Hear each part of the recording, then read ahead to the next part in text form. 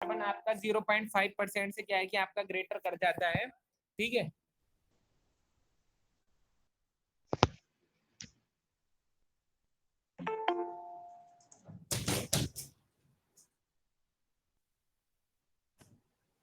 जी बच्चों, मेरी आवाज आ रही है आपको? जी बच्चों,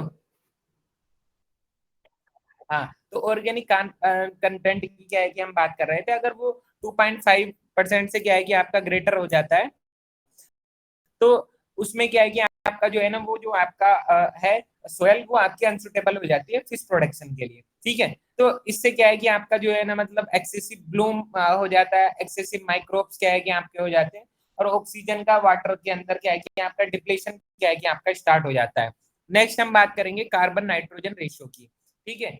अब जो रेशियो है सोयल का, वो आपकी influence productivity of soil microbes, आपकी जो रेशियो है सोयल की, वो आपकी जो माइक्रोब्स की एक्टिविटी है उसको क्या है कि आपका इन्फ्लुएंस करता है, ठीक है। This in turn affect rate of release of nutrient from decomposing organic matter, ठीक है। तो आपका क्या है कि आपका न्यूट्रिएंट कैसे रिलीज होते हैं, आपका जो ऑर्गेनिक मैटर है उसका डिकम्पोजिशन होता है, ओवरलाइंग वाटर में क्या है कि आपका जो है ना न्यूट्रिएंट का रिलीज क्या है कि आपका होता है। तो आपका जो ऑर्गेनिक मैटर का जो ब्रेक डाउन है वो क्या है कि आपका वेरी फास्ट होता है, ठीक है। अब moderately fast and slow at the rate, वो क्या है कि आपका जो है ना, कभी आपका फास्ट होगा, कभी जो है ना मतलब मॉडरेटली फास्ट होगा, कभी स्लो होगा, ठीक है। तो कार्बन नाइट्रोजन की जो रेंज है वो इज लेस देन 10 और 10/20। अगर मिनरलाइजेशन वेरी फास्ट है तो जो कार्बन नाइट्रोजन की रेंज है वो आपकी 10 से कम होगी, अगर मॉडरेटली फास्ट है तो 10 से 20 होगी, और अगर स्लो है तो वो आपकी 20 से क्या है कि आपकी मोर देन क्या है कि आपकी होगी। तो जनरली आपकी जो कार्बन नाइट्रोजन रेशियो आपका 10 से 15 इज कंसिडर्ड फेवरल फॉर एक्वाकल्चर, मतलब आपका जो कार्बन और नाइट्रोजन का जो रेशियो है 10 to 15 क्या है कि आपका फेवरेबल होता है एक्वाकल्चर के लिए, ठीक है। एंड ऑफ 20:1 और नैरो गिव्स गुड रिजल्ट, या फिर आपका जो आप कह रहे थे 10:1 से 20:1 क्या है कि आपका अच्छा रिजल्ट क्या है कि आपका कार्बन नाइट्रोजन रेशियो का क्या है कि आपका देता है। अब जनरल न्यूट्रिएंट स्टेटस की क्या है कि जो है ना हम यहाँ पे बात करेंगे जनरल न्यूट्रिएंट स्टेटस की, ठीक है। तो जैसे आपका नाइट्रोजन है, फास्फोरस है और पोटेशियम है, ये आपके मेजर न्यूट्रिएंट है जो आपके फाइटोप्लैंक्टन्स को क्या है कि ग्रोथ के लिए क्या है कि आपके चाहिए होते हैं। नाइट एनपीके जिनको बोला गया है ना, N for nitrogen, P for phosphorus and K for potassium, तो ये मेजर न्यूट्रिएंट है जो फाइटोप्लैंक्टन को क्या है कि आपके रिक्वायर्ड क्या है कि आपके होते हैं। जैसे इनऑर्गेनिक फर्टिलाइजर्स की क्या है कि जो है ना मतलब हम बात करें तो इनऑर्गेनिक फर्टिलाइजर्स क्या है कि आप अप्लाई करते हो टू प्रोवाइड दिस न्यूट्रिएंट, कि आप ऑर्गेनिक और इनऑर्गेनिक फर्टिलाइजर्स आप मुझे ये बताइएगा कि ऑर्गेनिक फर्टिलाइजर्स ग्रेटर क्वांटिटी में रिक्वायर्ड होते हैं फिर इनऑर्गेनिक फर्टिलाइजर्स ग्रेटर क्वांटिटी में अप्लाइड होते हैं?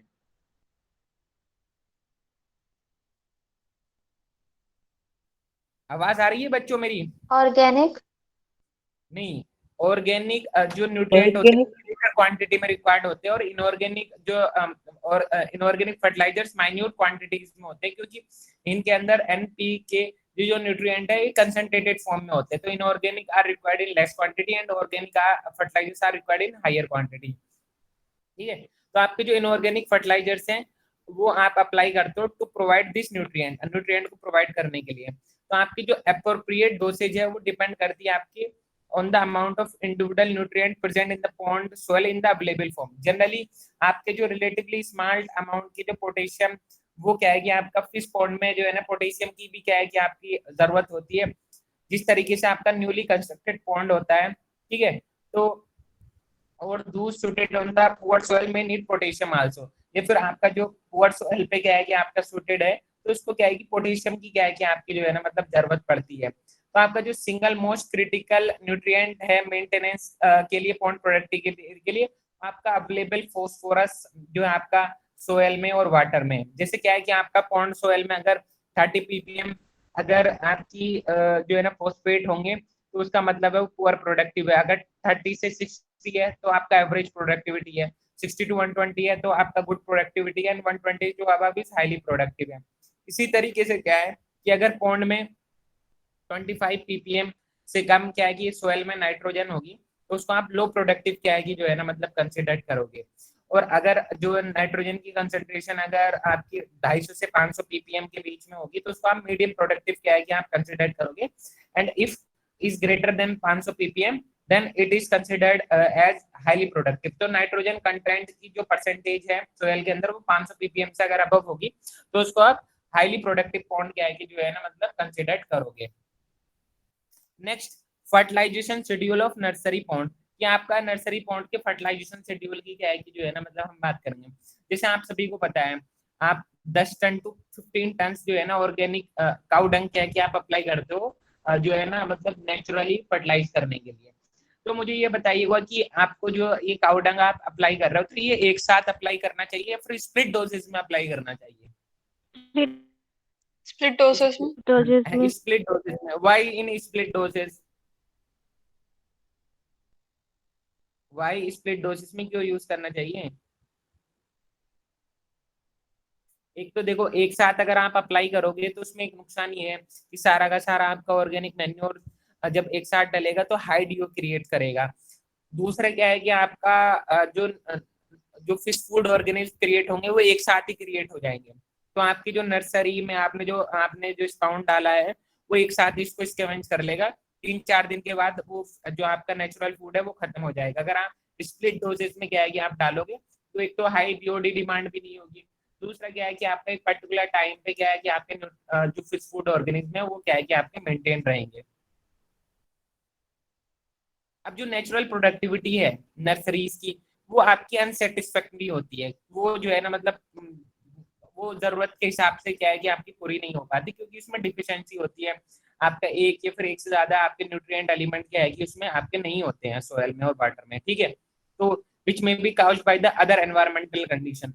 वो क्या है कि आपके जो अदर एनवायरमेंटल कंडीशन है उसकी वजह से क्या है कि आपकी ये दिक्कत क्या है कि आपकी होती है।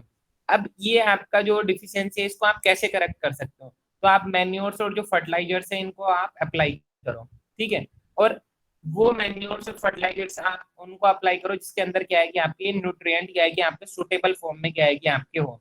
ठीक है, तो वो सुटेबल फॉर्म में क्या है कि आपके जो है ना मतलब होंगे तो आप उनको ऑप्टिमल अमाउंट में जो है ना आप अप्लाई कर दो तो आपका जो बायोलॉजिकल प्रोडक्शन है वो क्या है कि आपका बढ़ जाएगा। देन तब बायोलॉजिकल प्रोडक्शन आपका बढ़ेगा या फिर आपका एक्सलेट होगा तो आपकी जो प्रोडक्टिविटी है वो आपकी एनहेंस होगी। ठीक है, तो आपके जो छोटे सेलो पॉन्ड्स होते हैं वो आपके प्रिफर्ड किए जाते हैं नर्सरी के लिए क्योंकि उनका मैनेजमेंट भी क्या है कि आपका इजी है और उनके एनवायरनमेंट को मैनिपुलेट करना भी इजी है। तो एक रीजन ये भी है कि आपके जो छोटे सेलो पॉन्ड्स होते हैं वाई आपकी जो डेप्थ होती है वो 0.5 से 1 मीटर डेप्थ होती है ना नर्सरी पॉन्ड में बच्चों। तो एक तो रीजन ये होता है कि आपका फिश फूड ऑर्गेनिज्म को कंज्यूम करने के लिए उसको सरफेस पे आना पड़ता है। तो अगर ग्रेटर डेप्थ होगी तो उसको बहुत ज्यादा एनर्जी स्पेंड करनी पड़ेगी क्योंकि वो ज्यादातर आपका बॉटम में ही क्या है कि आपका कॉन्ग्रीगेट करता है। दूसरा रीजन ये है कि आपका नर्सरी को मैनेज करना बहुत ज्यादा इजी होता है। ठीक है, और उसके एनवायरनमेंट को मैनिपुलेट करना भी बहुत ज्यादा इजी होगा अगर छोटा तालाब होगा तो। अब ऑर्गेनिक मैन्योर से यूजेस की क्या है कि जो है ना हम यहाँ पे बात करेंगे। तो दोनों ही आपके ऑर्गेनिक मैन्योर्स और केमिकल फर्टिलाइजर्स क्या है कि आपके वाइडली यूज्ड होते हैं और वो आपकी जो प्रोडक्टिविटी है नर्सरीज की उसको क्या है कि आपका इम्प्रूव क्या है कि आपके करते हैं। तो आपकी जो काउ डंग है ये most widely used organic manures है बहुत सारे एरियाज में। और इसकी जो टिपिकली ये जो आपका अप्लाइड होता है 5,000 से 1,500 किलो पर हेक्टेयर के हिसाब से क्या है कि इसको आप अप्लाई करते हो एक इंस्टॉलमेंट में। ठीक है, स्टॉकिंग से पहले। ठीक है, अब उसके बाद 15 दिन के बाद उसको जो है ना फिर दोबारा क्या है कि आपका फोर्टनाइटली 15 दिन के बाद आप उसको फिर दोबारा से क्या है कि आप जो है ना ऑर्गेनिक मैन्योर्स की क्या है कि आप एप्लीकेशन क्या है कि आप करते हो। अब जैसे क्या है कि जैसे एक सिचुएशन आपको बताई जाती है ना वो यहाँ पे भी इन्होंने मेंशन कर रखी है कि अगर आपने महुआ ओवल केक की एप्लीकेशन कर रखी है तो प्रीडेटरी फिशेस को किल करने के लिए तो क्या हमें जो डोज रिक्वायर्ड है वही उतनी डालनी है या फिर उससे कम डालनी है? उससे कम, हाफ। हाफ। तो जो अगर क्या है कि आपको जो डोज है उसको जो है ना रिड्यूस करनी है 5,000 kg तक अगर आपने महुआ ऑयल केक क्या है कि आपका as a fish toxic and shallow nursery pond में क्या है कि आपने इस्तेमाल किया है। ठीक है, कभी कभी क्या होता है कि to hasten the process of decomposition of added manures. मतलब क्या है कि आपका जो डिकम्पोजिशन है एडेड मैन्योर्स का उसको हैसन करने के लिए लाइम का भी क्या है कि आपका इस्तेमाल किया जाता है मैन्योर्स को अप्लाई करने के लिए। कि जैसे आपने मैन्योर्स को अप्लाई करते तो मैन्योर्स को अप्लाई करने से ऐसे थोड़ी होगा कि भाई न्यूट्रिएंट न्यूट्रिएंट रिलीज होंगे। हो सकता है हाइड्रोजन सल्फाइड गैस रिलीज हो जाए, मीथेन गैस रिलीज हो जाए, तो उसको ये जो हार्मफुल इफेक्ट है उसको काउंटरैक्ट करने के लिए लाइम की क्या है कि आप एप्लीकेशन क्या है कि आप करते हो। कभी कभी क्या है कि आपकी जो है ना मतलब मैन्योरिंग विद काउ डंग, क्या है कि आप मैन्योरिंग करते हो किससे, काउ डंग से, तो वो आपकी 10,000 किलो पर हेक्टेयर 15 दिन पहले स्टॉकिंग से क्या है कि आप मैन्योरिंग क्या है कि आप करते हो, और फिर बाद में क्या है कि 5 केजी 5,000 केजी 500 केजी 5,000 केजी के हिसाब से आप जो है ना उसमें जो है ना फर्दर स्टॉकिंग करते रहते हो। तो इससे क्या है कि आपका एक सुटेबल प्रोडक्शन जू प्लैंक्टन का क्या है कि आपका मेंटेन रहता है। और जो जू प्लैंक्टन की जो प्रोडक्ट लेवल है वो क्या है कि आपका बहुत ज्यादा इसेंशियल होता है नर्सरीज में, ठीक है, क्योंकि जू प्लैंक्टन या फिर रोटिफर्स पे क्या है कि आपका जो फिश की फ्राई है वो वोरेशियसली या फिर जो फिश का स्पाउन है वोरेशियसली क्या है कि आपका फीड करता है।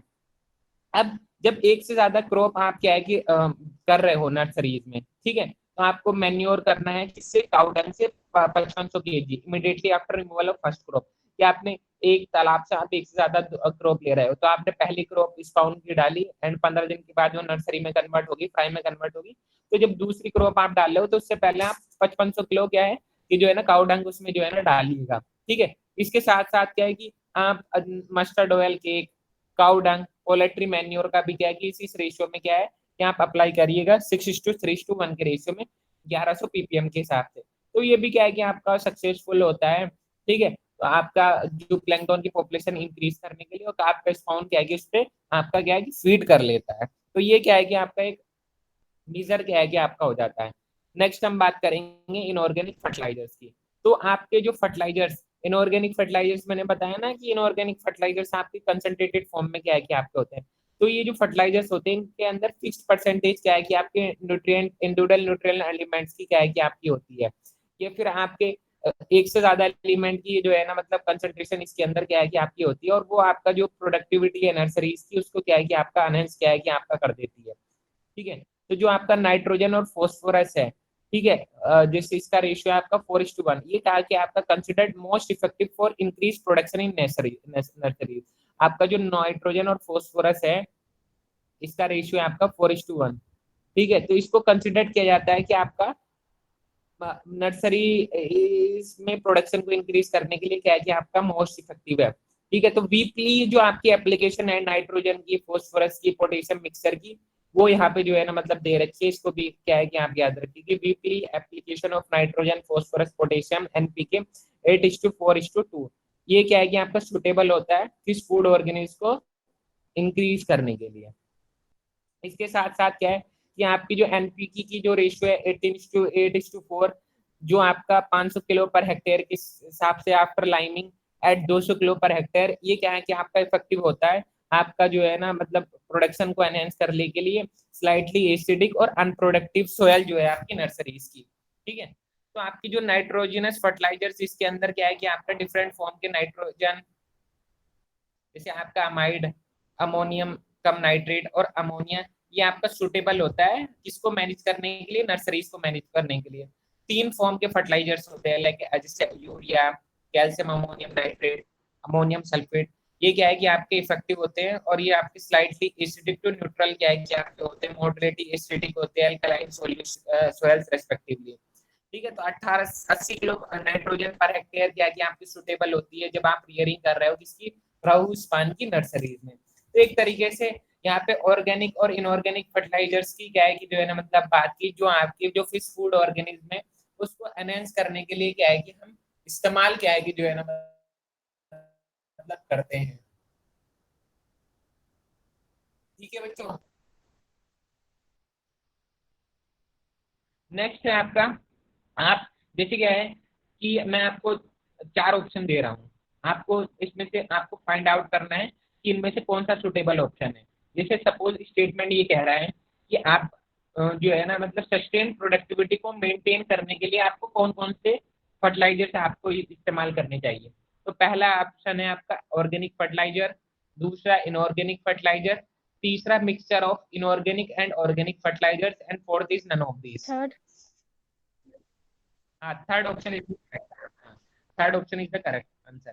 तो अब नेक्स्ट टॉपिक ये है थर्ड आपका option. Combined organic and inorganic fertilisers. आपके जो कंबाइंड फर्टिलाइजर्स है, ये आपके एक अनोदर स्ट्रेटेजीज है प्रोडक्शन को इंक्रीज करने के लिए। आपका फिश फूड ऑर्गेनिज्म आप जो है ना इंक्रीज कर दीजिएगा।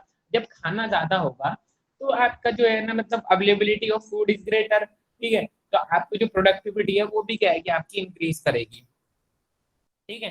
तो जैसे क्या है कि आपका मस्टर्ड ऑयल के और आपका जो एनपीके इनऑर्गेनिक फर्टिलाइजर्स है उनका रेशियो यहाँ पे जो है ना मतलब दे रखा है न्यूट्रिएंट बेसिस के हिसाब से, वो आपका सुटेबल होता है जब आप उसको कंपेयर करते हो किससे, ऑर्गेनिक और इनऑर्गेनिक फर्टिलाइजर से, न्यूट्रिएंट मैनेजमेंट जो है आपका नर्सरीज का। However on an equivalent nursery nutrient basis, organic manure क्या है कि आपका मोस्ट सुटेबल है जिसके कंपैरिजन में टू इधर इनऑर्गेनिक फर्टिलाइजर और कंबाइंड यूज ऑफ ऑर्गेनिक और इनऑर्गेनिक फर्टिलाइजर्स के उसमें, ठीक है। तो नेक्स्ट हम बात करेंगे fertilizer of rearing and stocking pond, कि आप रियरिंग एंड स्टॉकिंग पॉन्ड का फर्टिलाइजेशन कैसे जो है ना मतलब कैरिड आउट कर सकते हो, तो उसकी क्या है कि हम यहाँ पे बात करेंगे। जैसे आपकी जो एसिडिक पॉन्ड सोयल है वो आपकी जो माइक्रोबियल एक्टिविटी है उसको क्या है कि आपका रिड्यूस कर देती है, ठीक है, और आपकी जो न्यूट्रिएंट की अवेलेबिलिटी है पॉन्ड वाटर में उसको भी क्या है कि आपका रिड्यूस कर देती है।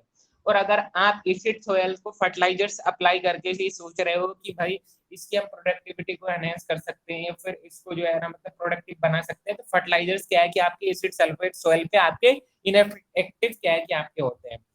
तो सबसे पहले तो आप उसकी एसिडिटी को करेक्ट कीजिएगा, किसकी एप्लीकेशन करके, लाइम की एप्लीकेशन करके। तो लाइम की एप्लीकेशन करने से जो पीएच आपकी लेवल हो गई है वो एक डिजायर्ड लेवल तक क्या है कि आपकी बढ़ जाएगी, वो न्यूट्रल क्या है कि आपकी हो जाएगी। एक स्ट्रॉन्ग बफर सिस्टम क्या है कि आपका क्रिएट हो जाएगा उस एक्वेटिक एनवायरनमेंट में।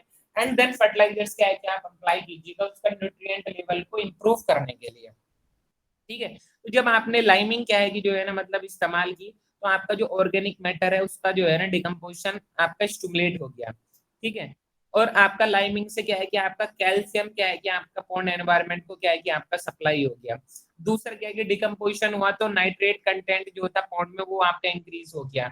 और एक सैनिटाइजर का क्या है कि आपका काम करता है, which of the following is known as pond sanitizer. Option is आपका, वैसे तो पता ही लग गया होगा, कौन सैनिटाइजर कौन है बच्चों आपका, लाइम। लाइम, ठीक है। तो आपके जो लाइमिंग है वो माइक्रोबियल डिकम्पोजिशन जो है ऑर्गेनिक मैटर का उसको स्टिमुलेट करती है। आपका जो है ना CaCO3 होता है, तो जब ये ब्रेक होता है तो जो है ना कैल्शियम आयन भी जो है ना मतलब होते हैं ना, तो कैल्शियम आयन क्या है कि आपके पॉन्ड को अब सप्लाई हो जाते हैं।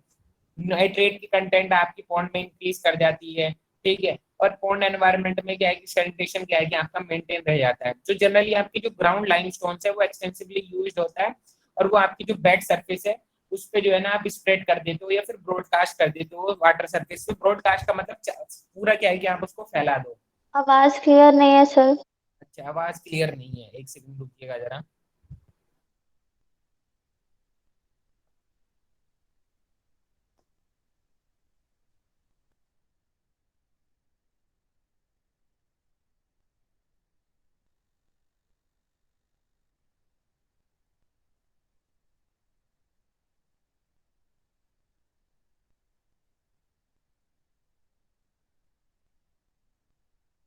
अभी आवाज आ रही है बच्चों मेरी? तनुजा, रोशनी, स्मृति, सना। Yes sir. हाँ, तो हम उसकी क्या है कि जो है ना मतलब बात कर रहे थे। तो जब आप लाइमस्टोन इस्तेमाल करते हो तो उसको जो है ना मतलब वाटर सरफेस पे क्या है कि आप ब्रॉडकास्ट कर देते हो या फिर स्प्रेड क्या है कि आप कर देते हो, ठीक है। एक सिंगल डोज में ही क्या है कि आप अप्लाई करते हो। लाइम को आप ऐसे अप्लाई नहीं करते हो कि भाई अगर आपकी पीएच 4.4 से 4.5 है तो 1000 हेक्टेयर के हिसाब से आप यूज करोगे, तो लेकिन उसमें ऐसे नहीं यूज करते हो कि भाई 500 किलो आज कर लिया 500 किलो कर लेते हैं आप एक साथ ही, क्या है कि उसमें स्प्लिट डोसेस का कोई रोल नहीं होता है, ठीक है। और जो लाइन की डोसेज होती है वो सोयल पीएच के अकॉर्डिंग क्या है कि आपकी होती है। अगर पीएच इंक्रीज कर रही है तो लाइन की रिक्वायरमेंट घटेगी या फिर बढ़ेगी?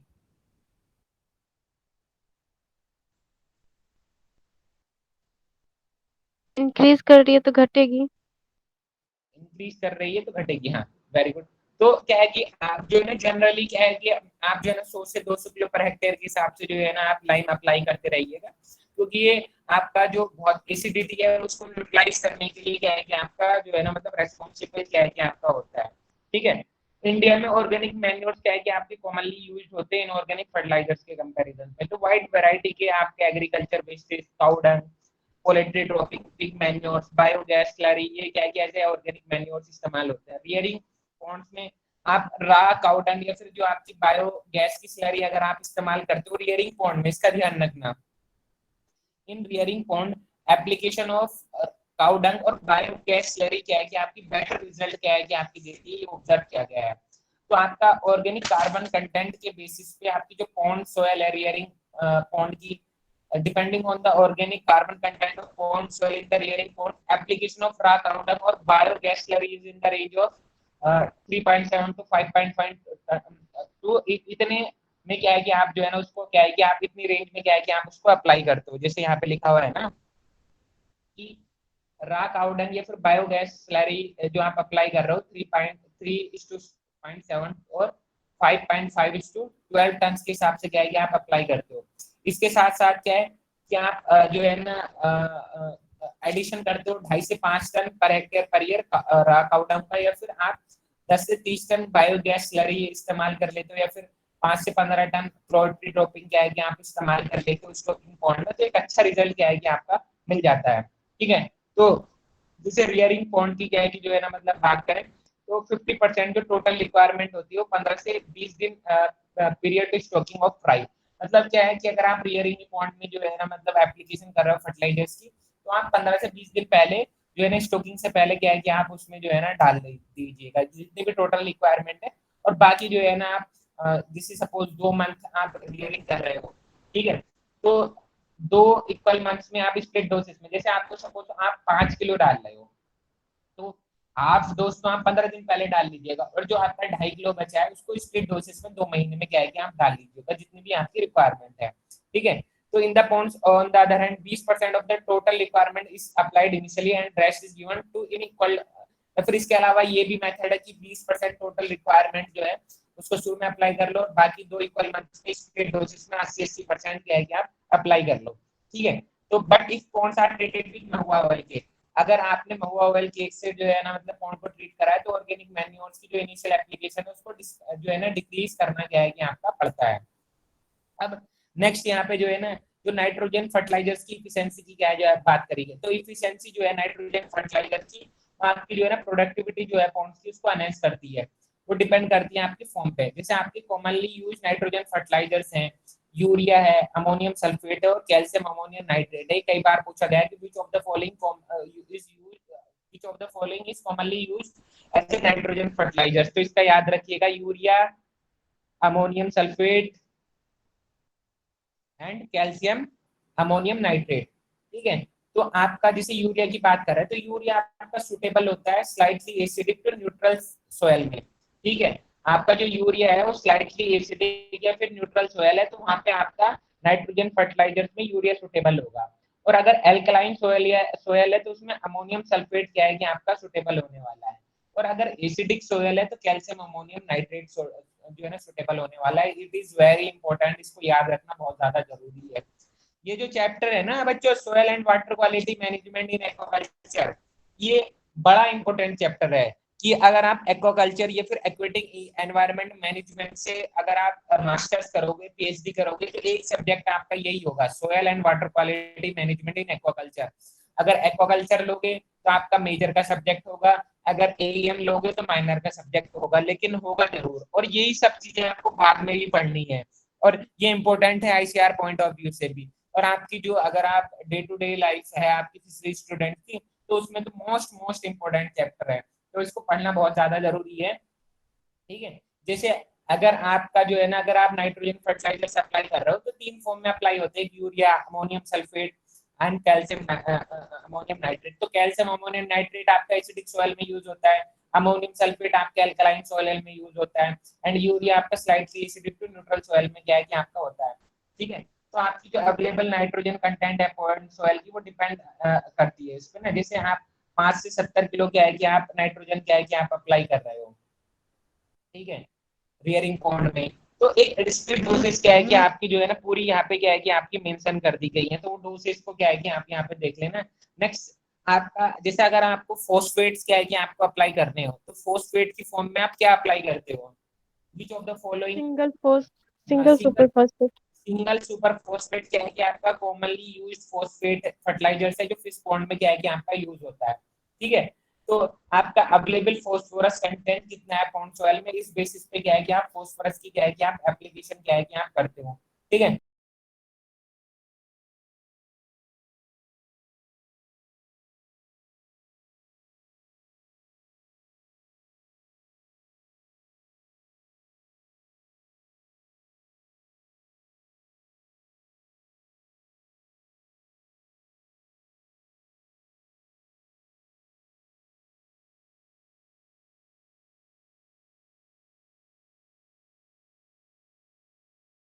to given 7 days after initial और ऑर्गेनिक मैन्योरिंग। जैसे आपने इनिशियल और ऑर्गेनिक मैन्योरिंग किया तो उसके जो है ना मतलब आप एक हफ्ते बाद जो है ना पहली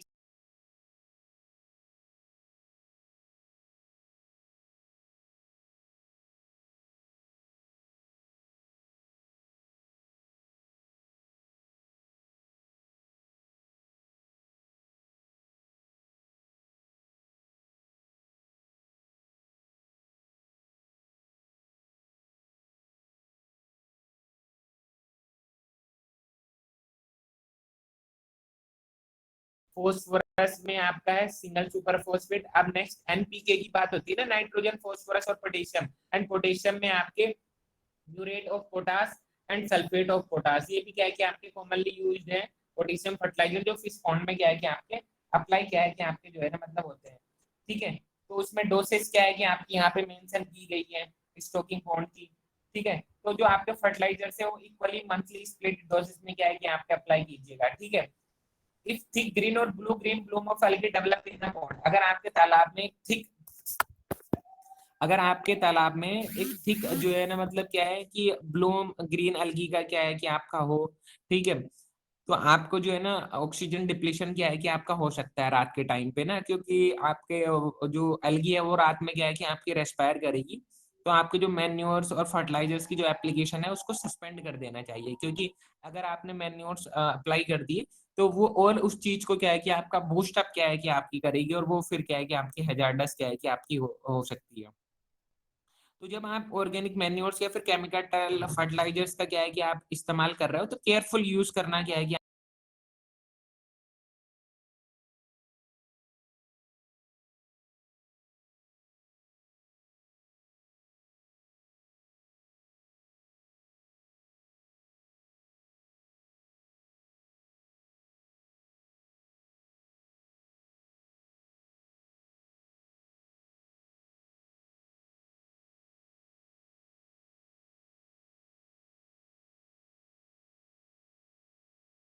नोट्स क्या है कि आपने अप्लाई किया तो वो जो है ना आपकी अनहाइजीनिक कंडीशंस क्या है कि आपकी क्रिएट कर देता है।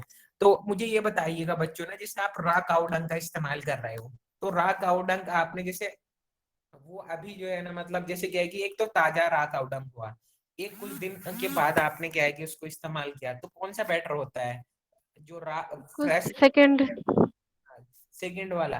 क्योंकि जैसे होता है ना कि जैसे आप जो है ना कहीं स्लाउटर हाउसेस वगैरह से क्या है कि काऊ डंग लेके आए तो हो सकता है वो फ्रेश भी हो, तो उसको आप अपने तालाब के किनारे 15-10 दिन 8 दिन 1 हफ्ता 2 हफ्ता आप उसको कैप्ट करके रखिएगा, तो उसमें जो हार्मफुल गैसेज है वो क्या है कि आपकी रिमूव हो जाएगी। ठीक है, तो जब आप एक्सेसिव अमाउंट में रात ऑर्गेनिक मैन्योर क्या है कि आप यूज कर सकते हो करते हो, तो एक्सेसिव ब्लूम्स क्या है कि माइक्रोब्स के जो है ना मतलब वहां पे जो है ना मतलब हो जाते हैं, और आपका एरोबिक ब्रेकडाउन क्या है कि आपका हो जाता है, जिसकी वजह से क्या है कि आपका ऑक्सीजन की क्या है कि आपकी भारी कमी क्या है कि आपके वहां पे हो जाती है, ऑक्सीजन का डिप्लेशन हो जाता है। तो इतना तो फिश फूड ऑर्गेनिक्स को सपोर्ट नहीं करते जितना क्या है कि आपका उस पॉइंट ऑफ व्यू से क्या है कि आपका नुकसान क्या है कि आपका पहुंचाते हैं। नेक्स्ट है आपकी सोयल एंड वाटर, जो आप फर्टिलाइजर मैनेजमेंट है ब्रैकिश वाटर एक्वाकल्चर का, उसकी क्या है कि हम बात करेंगे। तो फ्रेश वाटर के कंपैरिजन में ब्रैकिश वाटर जो आपका जो एनवायरनमेंट होता है वो प्रोडक्टिव क्या है कि आपका होता है, जैसे ईस्टुरीज आपका मोस्ट प्रोडक्टिव इकोसिस्टम है, और वो nursery feeding and breeding ground होती है ना वेरियस फिशेज के लिए। तो जैसे फर्टिलाइजर्स का कैसे मैनेजमेंट करते हैं आप ब्रैकिश वाटर एक्वाकल्चर में, तो आपकी जो सोयल एंड वाटर क्वालिटी है ब्रैकिश वाटर एक्वाकल्चर की वो ऑलमोस्ट सिमिलर है फ्रेश वाटर एक्वाकल्चर की। ठीक है, बस आपकी सैलिनिटी में क्या है कि आपका फर्क होता है, क्योंकि ब्रैकिश वाटर में जो सैलिनिटी होती है वो greater than 0. 0.05 ppt to 35 ppt के रेंज पे क्या है कि आपकी होती है। तो जो सैलिनिटी है उसको क्या क्या होती है, तो जितने भी डिसॉल्व साल्ट रहे एक गिवन यूनिट ऑफ वाटर में, उसको आप वो क्या है कि आपका सैलिनिटी क्या है कि आपका रिप्रेजेंट करती है। और सैलिनिटी आपकी पार्ट्स पर ट्रिलियन या फिर ग्राम्स पर केजी, किलोग्राम्स पर केजी जो होता है उसमें क्या है कि आपके एक्सप्रेस्ड होती है।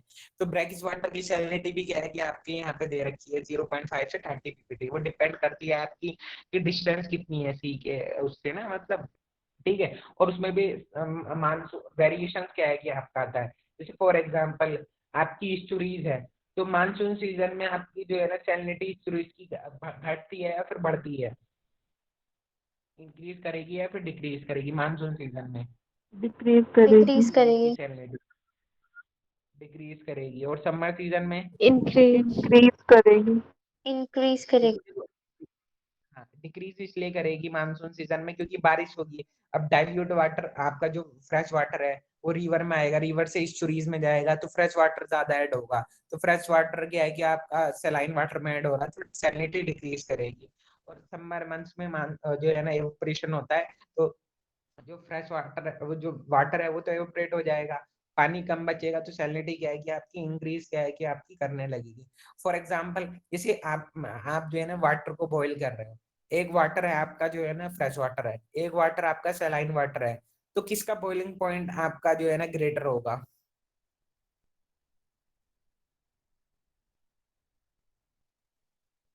जिसमें मिक्स होगा सॉल्ट्स। हाँ, जिसमें मिक्स क्या है कि आपका सॉल्ट होगा। जैसे ना आप उसको देखते होंगे ना कि अगर आप जो है ना वाटर में जो है ना साल्ट को ऐड कर देते हो तो वो आपका जो फ्रीजिंग पॉइंट है उसको डिप्रेस कर देता है।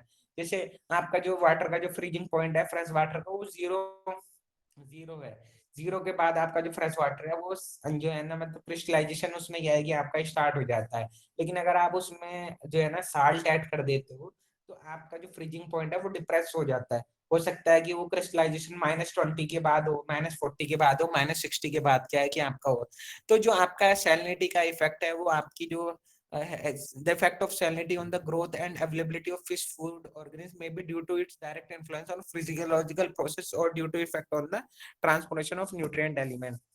भाई जैसे आप का कोई भी ऑर्गेनिज्म है वो कोई भी एनवायरनमेंट में रह रहा है, उसको जो है ना सरवाइव करने के लिए उसमें रेगुलेशन को क्या है कि आपका मेंटेन करना क्या है कि आपका बहुत ज्यादा जरूरी होता है। तो सैलिनिटी का इफेक्ट क्या है कि आपका ग्रोथ पे, फिश फूड की जो ऑर्गेनिज्म की जो अवेलेबिलिटी है उस पर डायरेक्ट इन्फ्लुएंस क्या है कि आपका फिजियोलॉजिकल प्रोसेस पे क्या है कि आपका होता है। जैसे आपके बहुत सारे ब्रैकिश वाटर स्पीसीज है कॉमर्शियल इंपोर्टेंस के, वो यूरी हेलाइन क्या है कि आपके नेचर के होते हैं, ठीक है। और वो आपका जो ओस्मोलेटरी एडॉप्शन है उससे क्या है कि आपका रिलेट क्या है कि आपके करते हैं। तो हाउएवर जो आपका इफेक्ट है सर्वाइवल का और ग्रोथ का पीनियस मोनोडोन का, वो आपका वाइडली क्या है कि आपका स्टडीड होता है, वो ग्लोबल मार्केट में क्या है कि आपका इंपॉर्टेंट होता है, ठीक है। तो ये आपका यूली हेलाइन क्या है कि आपके नेचर के होते हैं। तो आपकी हाई मोर्टेलिटी और पुअर ग्रोथ रेट क्या है कि आपके फाउंड होते हैं at salinity lower than 10 ppt, ठीक है। तो ये यूरिया हेलाइन नेचर के है। हाई मोर्टेलिटी और पुअर ग्रोथ रेट क्या है कि आपका फाउंड होता है लोअर सैलिनिटी पे।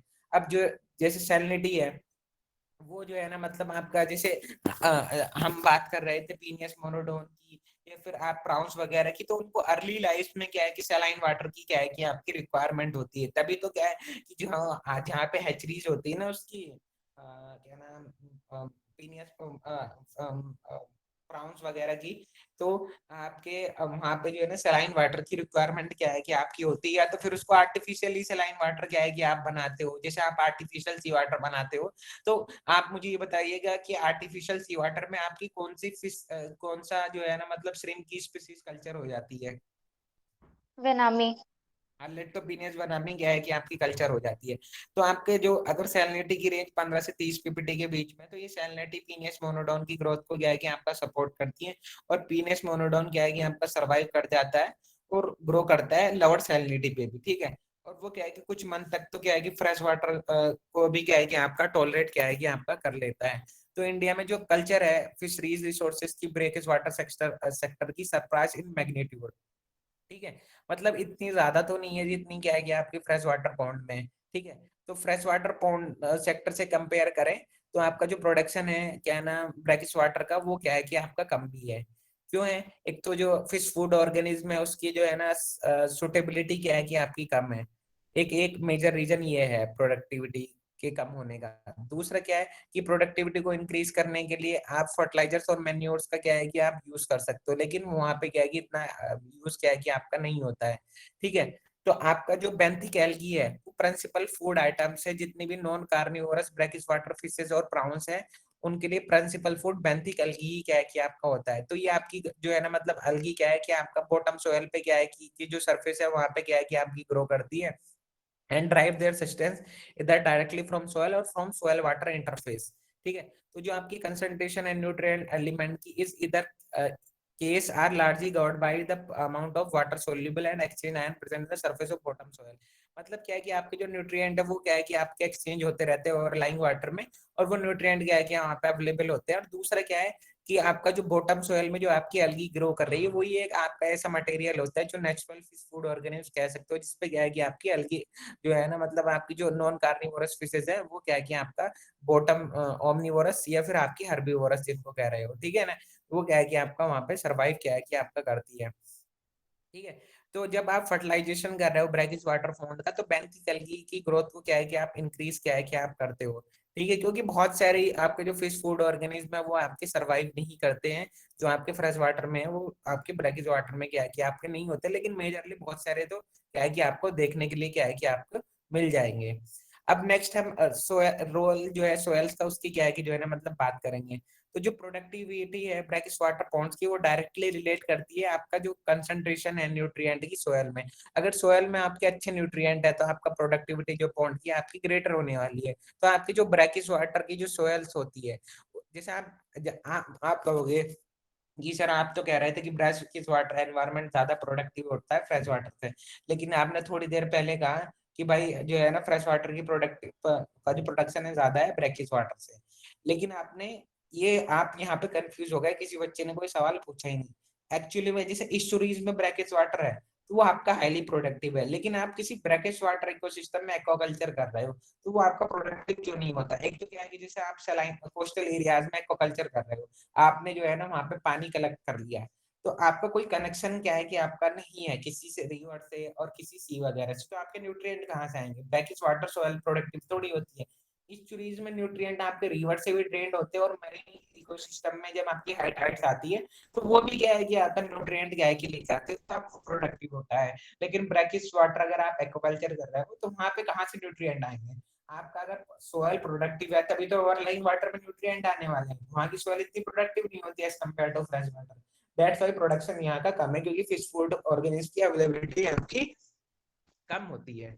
तो यही क्या है कि आपकी जो है ना मतलब यहाँ पे जो है ना मतलब बताया गया है। तो जो आपकी फिजियोलॉजिकल कंडीशंस है सोयल की ब्रैकिश वाटर पॉन्ड्स की वो डिफरेंट होती है फ्रेश वाटर पॉन्ड से। तो आपकी जो ब्रैकिश वाटर सोयल है वो आपके करेक्टराइज्ड होते हैं कि उसमें हाई क्ले का कंटेंट होता है, हाई परसेंटेज सोडियम और अल्कलाइन रिएक्शंस की होती है, और लो परमेबिलिटी क्या है कि आपकी होती है। तो आपकी जो एसिड सोयल है वो क्या है कि आपका प्रॉब्लम क्या है कि आपका काउज करती है। ठीक है, आपका ब्रैकिश वाटर बहुत जगह पे आपके ब्रैकिश वाटर एनवायरनमेंट में कोस्टल एरियाज में एसिड सल्फेट सोयल क्या है कि आपकी होती है। एसिड सल्फेट सोयल या फिर जिनको कैट क्ले सोयल कहा गया है वो प्रोडक्टिविटी में कम होती है, क्योंकि उन पे क्या है कि आपका अगर आप फर्टिलाइजर्स अप्लाई करते हो वो आपके इनएफेक्टिव ही क्या है कि आपके होते हैं। ठीक है, तो ये इन एरियाज में जो ब्रैकिश वाटर एक्वाकल्चर जहाँ पे परफॉर्म्ड है तो वहाँ पे एसिड सोयल की प्रॉब्लम है, केरला गोवा वेस्ट बंगाल वगैरह में। ठीक है, नेक्स्ट आप क्या है कि कंसिडरिंग लो ऑर्गेनिक कार्बन कंटेंट, मतलब ब्रैकिश वाटर सॉइल के अंदर लो ऑर्गेनिक कार्बन कंटेंट है, तो ये दिक्कत है। और आपका जो अगर आप ऑर्गेनिक मैन्योर्स का इस्तेमाल कर रहे हो तो पॉन्ड प्रोडक्टिविटी को इंक्रीज करने के लिए बेनिफिशियल क्या है कि आपका होता है। ठीक है, हाई कैल्शियम कार्बोनेट कंटेंट क्या है कि आपका सोयल में है तो वो आपका यूजफुल होता है आपके कुछ इफेक्ट जो है आपके ऑर्गेनिक मैन्योर्स की के सबमर्ज कंडीशन में उसको काउंटरैक्ट करने के लिए। तो ये क्या है कि आपके कुछ क्या है कि आपके फायदे हैं। ठीक है, तो बाकी बच्चों जो है ना अभी जो है ना मुझे यहाँ पे लाइट वगैरह की प्रॉब्लम हो रही है, तो मैं जो है ना आपका आपकी अगली क्लास जो है ना कल ही कंटिन्यू कर पाऊंगा। और आपकी 5 जुलाई के बाद से 3 क्लासेस मैं जो है ना मैं ही लिया करूंगा 5 जुलाई के बाद से, तो जुड़े रहिएगा बच्चों। ठीक है फिर बच्चों, थैंक यू।